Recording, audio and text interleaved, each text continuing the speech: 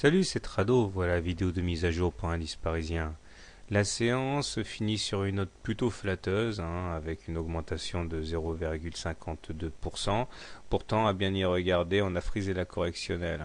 Regardez, on a une fois de plus attaqué la moyenne mobile à cette séance. Une fois de plus, nous avons échoué, c'est-à-dire que nous avons réussi à la transpercer en séance, mais définitivement en clôture, pas en clôture. Et regardez la longueur de la mèche haute qui montre l'étendue du repli stratégique qui a été opéré par les haussiers.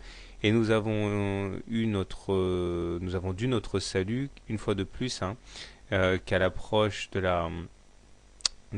bas de la fourchette d'Andrews rouge ici, qui correspond également, est-il nécessaire de le rappeler, à ce segment noir qui correspond à la ligne de coup de l'épaule tête-épaule. Qui aurait une incidence baissière assez forte si on clôturait significativement sous cette ligne de coup. Donc il est évident que c'est un terrain qui doit être défendu âprement par les haussiers. Mais les indicateurs techniques se sont dégradés d'un coup là, avec le MACD qui ajoute une séance où son signal est négatif, mais surtout le stochastique qui bascule en zone de survente, c'est-à-dire sous les 20, on est à 16, ce qui montre que ce sont les baissiers maintenant qui ont les manettes. Et puis le momentum qui demeure négatif.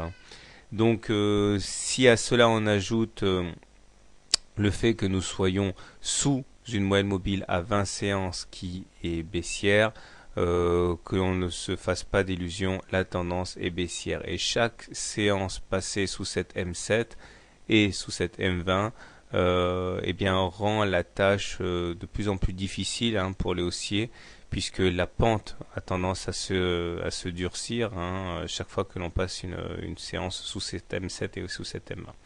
Donc tout naturellement vous pouvez vous amuser à acheter, mais il faut toujours, ça c'est mon leitmotiv, faire la distinction entre la marée, le sens de la marée, montante ou descendante, et les vagues, le clapot. Et là c'est vrai qu'on a un petit 0,5% de hausse, mais que l'on ne s'y trompe pas, la marée est bien descendante puisque la moyenne mobile à 20 séances est baissière et qu'on est en dessous. Voilà, donc bonne soirée, bon trade et à demain.